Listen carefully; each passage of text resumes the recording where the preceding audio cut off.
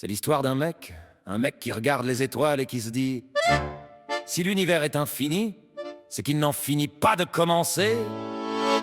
Parce que, voyez-vous, dans l'espace, il n'y a pas d'espace. Si vous en aviez, vous ne seriez pas dans l'espace, vous seriez à l'étroit. C'est un vide tellement plein qu'on finit par s'y perdre, même en restant sur place. Mercure, c'est le gamin nerveux qui court après son ombre. Un thermomètre en cavale dans un système qui s'encombre. Il est si près du soleil qu'il n'a plus de côté pile. Il n'a que le côté face et encore il fait une tête de fossile. À côté, t'as Vénus, la belle de nuit au parfum d'acide.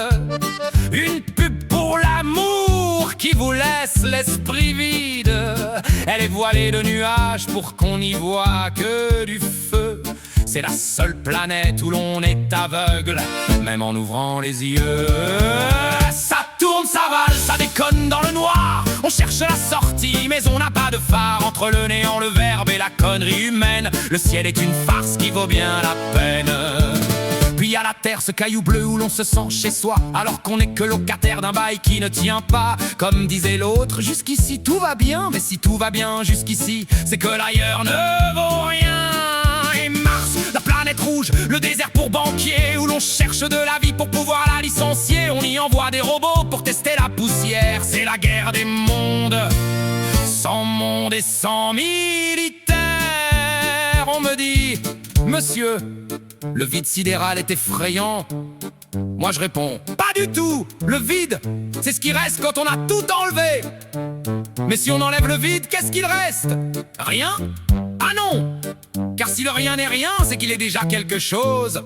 Alors l'univers, c'est beaucoup de quelque chose autour de 3 fois rien. Jupiter, c'est le patron, le gros plein de gaz hilarant, qui se prend pour le centre du monde en étant transparent. Il a une tache rouge, sans doute un reste de honte d'être si imposant, alors que rien ne se raconte. Saturne, elle fait du hula hoop avec des morceaux de glace. Elle porte ses anneaux comme on porte une menace. Est-elle mariée à l'infini ou est-ce un collier de chien? Elle tourne en rond pour oublier qu'elle ne tient à rien.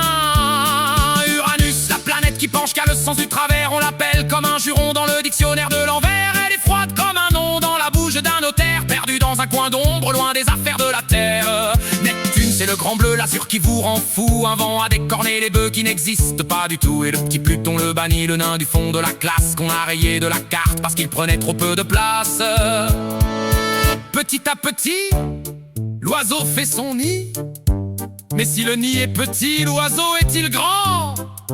Pluton sourit, il est le seul à ne pas être un dindon de géant. Alors allez-y, faites du surplace à la vitesse de la lumière. Achetez du vide en bouteille et des billets pour les terres.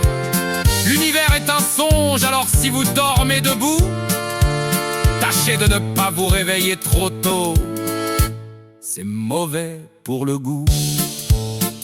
Et puis, après tout, si la terre est ronde, c'est pour que ceux qui n'ont pas de domicile fixe puissent quand même en faire le tour.